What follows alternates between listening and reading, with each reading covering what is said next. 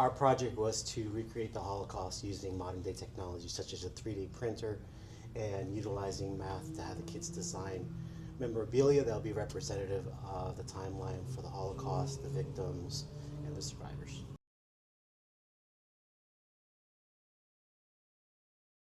Students started out very little knowledge about 3D printing, about the Holocaust in general.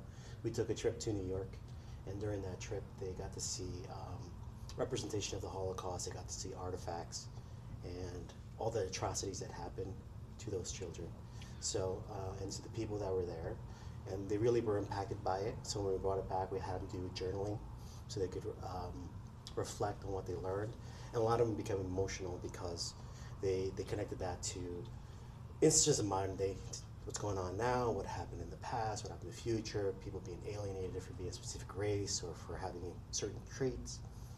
So we took that, we had them journal, and then we had them pick out references. So they grew because they learned the knowledge, they grew because they learned technology, they grew because they learned about themselves too and how they felt.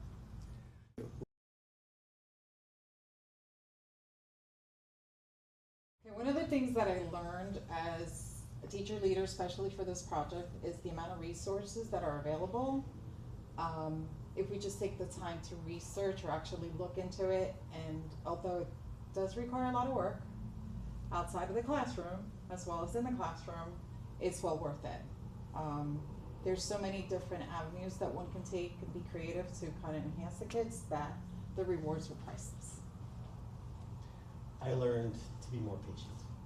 Being in a classroom environment, being with students who are volunteering to be part of a program, to be more patient with expectations and to understand that they have differences in what they learned and how